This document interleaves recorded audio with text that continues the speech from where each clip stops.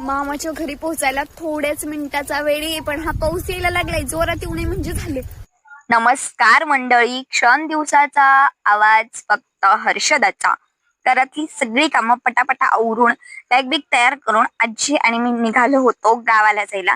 आणि आजीची मिसरी संपली होती. तिने मला जाता जाता दुकानात मिसरी आणायला लावली, कारण तिला तिच्याशिवाय जमतच नाही. आणि आम्ही स्टॉपवरती बस किंवा रिक्षाची वाट बघत बसलो होतो. बस तर काय आली नाही, पण रिक्षाने आम्ही स्टँड पर्यंत पोहोचलो आणि तिथून शिरूरच्या बसची वाट बघत होतो. तर इंदापूरच्या बसमध्ये माणसं बळत चढत होती आणि त्यात जागा पण नव्हती बसायला.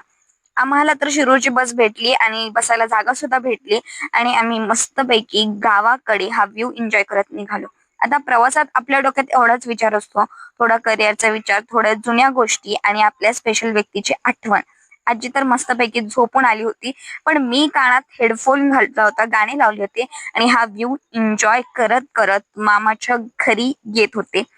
आता जसा जसा स्टॉप जवळ यायला लागला तसं आजी मी सतर्क होऊन इकडं तिकडं बघायला लागलो, कारण आम्हाला उतरायचं होतं न्हावऱ्याच्या वडखिलवाडीच्या स्टॉपला आणि तो स्टॉप जाऊ नये एवढंच जरा भीती वाटत होती आणि आम्ही पोहोचलो.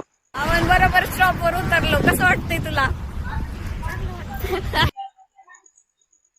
आम्ही आजीच्या स्टॉपवर उतरलेलो आहे आणि आजीला लय भारी वाटते. माझ्या आजीला खूप छान वाटत होतं इथं आल्यानंतर.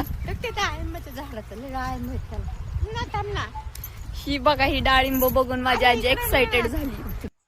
मामाच्या घरापर्यंत येत असताना एक कुत्रे आले आणि मला भीती वाटत होती. ही आहे माझी दुसरीची शाळा आणि तेव्हा हे हनुमानाचं मंदिर खूप छोटं होतं, आता ते मोठं केलंय. मला मामाचं घर दिसलं आणि त्याच्या समोर ही बाजरी हवेत डुलताना मस्तपैकी छान वाटत होतं. या फळाचं नाव काय हे तुम्ही मला कमेंट करून सांगा. आणि हे बघा माझ्या मामाचं घर. घरात आल्यावरती आजीची चौकशी केली, तिला विचारपूस केली आणि मला त्यांनी पाठवून दिलं माझ्या मम्मीच्या मम्मीच्या मम्मीला भेटायला, म्हणजे माझ्या या पणजीला शोधायला. एवढं असं एकट्याला असं लांब होतं, एवढं गोल गोल होतं असं झाड आणि पिवळं धमक होतं. मी बेसन कसं काय काढलं आणि तिचं पाणी गोलमटच होतं. बेसन मला आवडलं.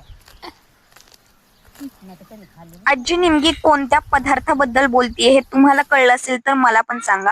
सरप्राइझिंगली मम्मीच्या चुलत मामाची आई सुद्धा आली होती आणि ह्या तिघींच्या मस्त गप्पा रंगल्या होत्या. आणि ही आहे माझी छोटी मम्मी, म्हणजे माझ्या मम्मीची छोटी बहीण, माझी मावशी. नंतर दुसरी मावशी पण आली आणि ह्या सगळ्या गप्पा मारत बसल्या. मी तर माझ्या आजोळी गावाकडे आली आणि इथलं शुद्ध शांत वातावरण मला तर एकदम मस्त वाटते.